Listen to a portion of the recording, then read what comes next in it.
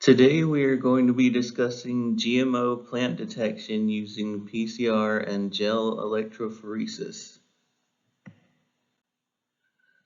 Since the introduction of GMOs, their prominence in grocery stores has only increased.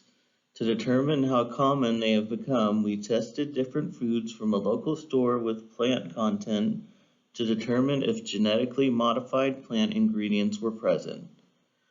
We isolated DNA from different samples and amplified them using the process of PCR. We used a plant master primer for plant detection and CAM-V35S promoter for the detection of plants most likely to be GMOs. After running our samples through gel electrophoresis and observing the results, we were able to make a conclusion of our samples based on the location of the bands, based on the bands that formed the Dorito chip was the food that most likely contained GMOs, while the cashew, tomato, and fruit bar were not GMO. With the introduction of GMOs in 1973, the prominence of GMOs in foodstuff has increased over the years. GMOs allowed for a reduction of pesticide use on crops and a reduction of farmer suicides. GMOs increased both crop yields and farmer profits too. Our testing was done to determine if any of our samples we bought from a local grocery store contained GMOs. The 4 plant-based food items we tested were bulk cashew, generic tomato, Good and Gather pomegranate fruit strips, and 1 single Doritos Cool Ranch chip. The foods we hypothesized to most likely to contain GMOs were the cashew, tomato, and the Doritos Cool Ranch chip. The only food to not contain GMOs was the Good and Gather pomegranate fruit strip, since the package stated the product was GMO free. Materials and methods. We began by collecting 4 different food items from local grocery stores. Our samples were 1 cashew, 1 whole tomato, 1 Good and Gather pomegranate fruit bar, and 1 Cool Ranch Dorito. Afterwards, we hypothesized which of our food items were most likely to be/contain GMOs based on a Biosafety Clearinghouse Convention on Biological Diversity database search. We first had to extract DNA from our food item by measuring out 0.1 to 0.3 grams of our test food.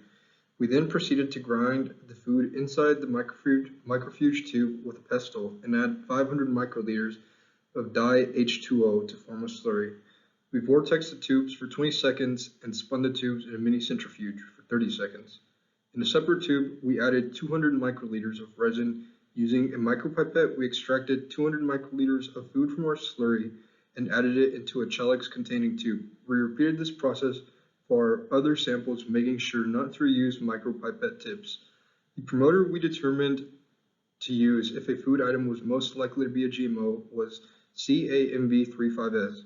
We then prepared 2 1.5 milliliter microfuge tubes, one labeled for PCR plant master mix and the other labeled for PCR GMO master mix. Into the plant master mix tube, we added 8 microliters of forward plant primer master mix, 8 microliters reverse plant primer master mix, 32 microliters of sterile H2O, and 100 microliters of PCR master mix. We then briefly vortexed it for 5 seconds after the last reagent was added and placed, and then ran the sample on a mini centrifuge for another 5 seconds. We then placed the tube on ice until it was ready for use. We performed the same process for the GMO master mix through the forward and reverse plant primers, though the forward and reverse plant primers were substituted for GMO forward and reverse primers. We then proceeded to label 0.2 microliter PCR tubes. We added 18.5 microliter plant primer master mix to all the odd number PCR tubes. We then added 18.5 microliters of GMO master mix to all even numbered tubes. Before we added samples from our food tubes, we first centrifuged all of our food tubes for 5 minutes to settle any remaining chalates at the bottom. We then proceeded to add 6.5 microliters of supernatant from our food tubes into the PCR tubes, making sure to add 6.5 microliters from each food tube into a plant primer mix tube and a GMO primer mix tube without reusing micropipette tips. Repeating this process for all of our food items. Each food would have 2 tubes associated with it at the end of the process for a total of 8 tubes. Afterwards, the 8 tubes were placed in a thermocycler, a pre-programmed PCR cycle consisting of an initial denaturation at 94 degrees Celsius for 2 minutes, followed by 40 repeated cycles consisting of denaturation at 94 degrees Celsius for 45 seconds, annealing at 60 degrees Celsius for 45 seconds, extension at 72 degrees Celsius for 45 seconds was ran. After the 40 cycles were complete, the samples were stored in the machine at 4 degrees Celsius until needed. We then began preparation on an electrophoresis chamber to create an Argos gel. We first assembled the gel tray and casting apparatus. We also included a comb on our gel to create the loading wells for the DNA. We poured the solution into the casting apparatus to solidify, and then placed the solid gel into the electrophoresis machine.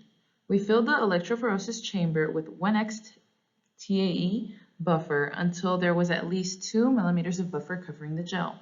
We then added 8 microliters from each of our 8 tubes into one of the corresponding 8 wells using a well, 1 tube being assigned 1 well. Last was to prepare the positive and negative terminal on the chamber, the negative side being closest to the wells and the positive being the side furthest away. We selected 90 volts as the nominal voltage and turned on the machine and allowed it to run for 30 minutes. We checked the progress of bands at 3-minute intervals. We lastly observed and recorded our findings of the bands and their locations on the well once 30-minute time frame had passed. The 4 foods we worked with were a cashew, a fruit bar, a tomato, and Cool Ranch Doritos. The fruit bar specified on the wrapper that it was GMO free. That's why we thought only the fruit bar would not contain any GMOs. The cashew was a 50% on the prediction if it was a GMO. Both the tomato and Cool Ranch Dorito were the foods we predicted had the highest chance of containing GMOs.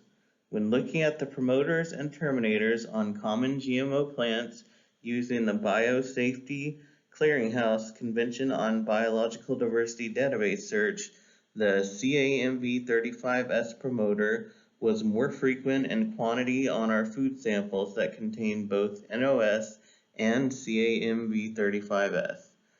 To increase our probability of identifying a GMO, we decided to use the CAMV35S promoter to detect splices of DNA in our food that most likely were GMOs.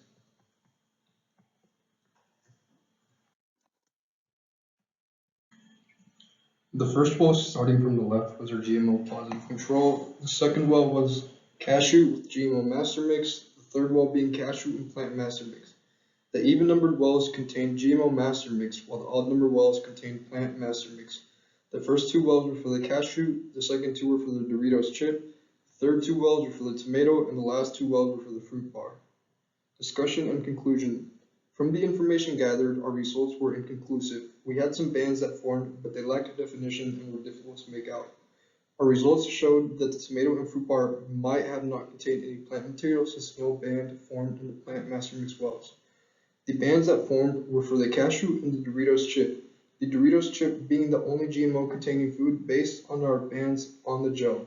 Since 2 of our foods did not show bands for either the GMO master mix or the plant master mix, that would most likely make our results no. We would have to repeat the experiment to determine why our tomato and fruit strip did not have bands under the plant master mix wells.